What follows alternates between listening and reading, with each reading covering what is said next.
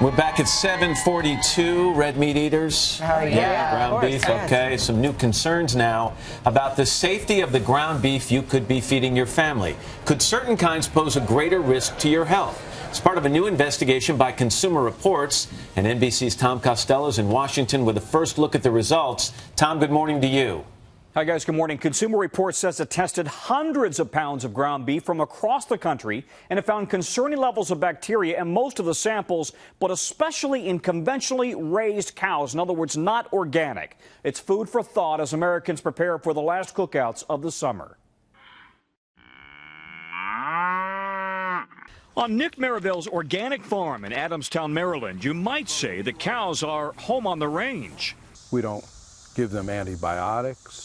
We don't give them hormones. Raised and certified organic and grass-fed, Consumer Reports asserts this is how cows destined for store shelves should be raised. In an article out tomorrow titled, "How Safe Is Your Beef?" Beef. It's what's for dinner. It's what's for dinner to the tune of 66 pounds a year for the average American, 42% of it ground beef. In its investigation, Consumer Reports purchased 300 packages of ground beef from 103 stores spread across the country.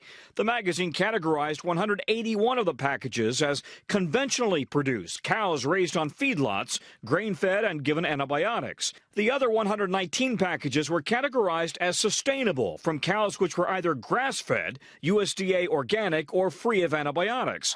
The magazine then analyzed the samples for 5 types of illness-causing bacteria. We found a significant difference between the prevalence levels on conventional beef, which were higher than those that we found on this more sustainably produced beef. Among the findings, more than 80% of conventionally produced beef contained more than 2 types of bacteria, compared with less than 60% of the sustainable beef. 2 potentially harmful bacteria, Staphylococcus aureus and E. coli levels, were higher in the conventional beef processing. The difference, according to Consumer Reports, is because of how cows are handled during the conventional process. But an expert speaking for the beef industry completely disagrees. With regard to food safety, we really don't see any difference in those 2 systems. Not only does the USDA test the product, so does the company itself to ensure that the product is safe. The USDA points out that none of the E. coli found in the Consumer Report study was the toxin-producing variety responsible for headline-making outbreaks. The beef industry in the U.S. is safe.